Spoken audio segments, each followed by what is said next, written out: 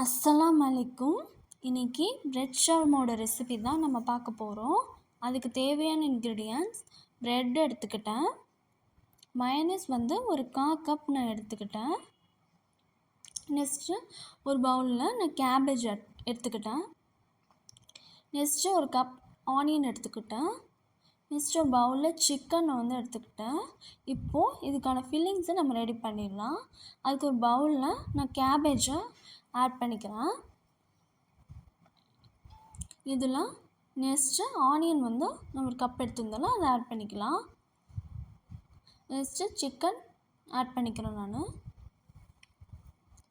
Next இதில் நான் mayonnaise கொஞ்சம் கொஞ்சமாக இதில் ஆட் பண்ணிக்கிறேன். இதில் நம்ம இன்னும் கேரட் கேப்சிகம் கூட ஆட் பண்ணிக்கலாம். பட் நான் இது மட்டும்தான் எடுத்திருக்கேன்.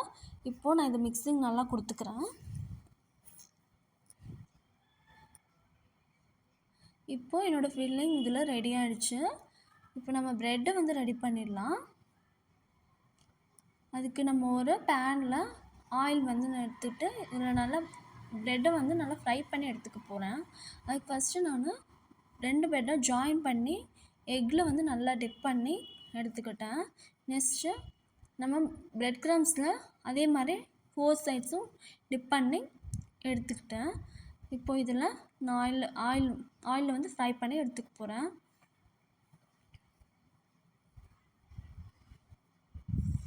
ப்ரெட்டு 2 சைட்ஸுமே நல்லா ப்ரௌன் கலரில் ஆகணும். அந்தளவுக்கு நம்ம ஃப்ரை பண்ணி எடுத்துக்கலாம். இப்போ நான் ஃப்ரை பண்ணி எடுத்துட்டேன். இப்போ இதில் நான் ப்ரெட்டோட சென்டரில் நைஃப் வச்சு கட் பண்ணுறேன். இப்படி கட் பண்ணும்போது நமக்கு அந்த ப்ரெட்டோட ரெண்டு ப்ரெட் கிடைக்கும். அதில் நமக்கு ஓப்பன் பண்ண முடியும். அந்த ஓப்பன் பண்ணுறதுல தான் நான் ஃபில்லிங் வைக்க போகிறேன். நம்ம செஞ்சு வச்சுருந்த ஃபில்லிங்கை இதில் நம்ம வச்சுக்கலாம். இது செய்கிறது ரொம்ப ரொம்ப ஈஸி. பட் ரொம்ப நமக்கு ஈஸியும் கூட, டேஸ்ட்டும் ரொம்ப ரொம்ப நல்லாயிருக்கும். இப்போ நான் ஃபில்லிங் இதில் வச்சிட்ருக்கேன். இதே மாதிரி நான் எல்லா ஃப்ரை பண்ண ப்ரெட்லேயும் இதே மாதிரி ஃபில்லிங் வச்சுக்க போகிறேன்.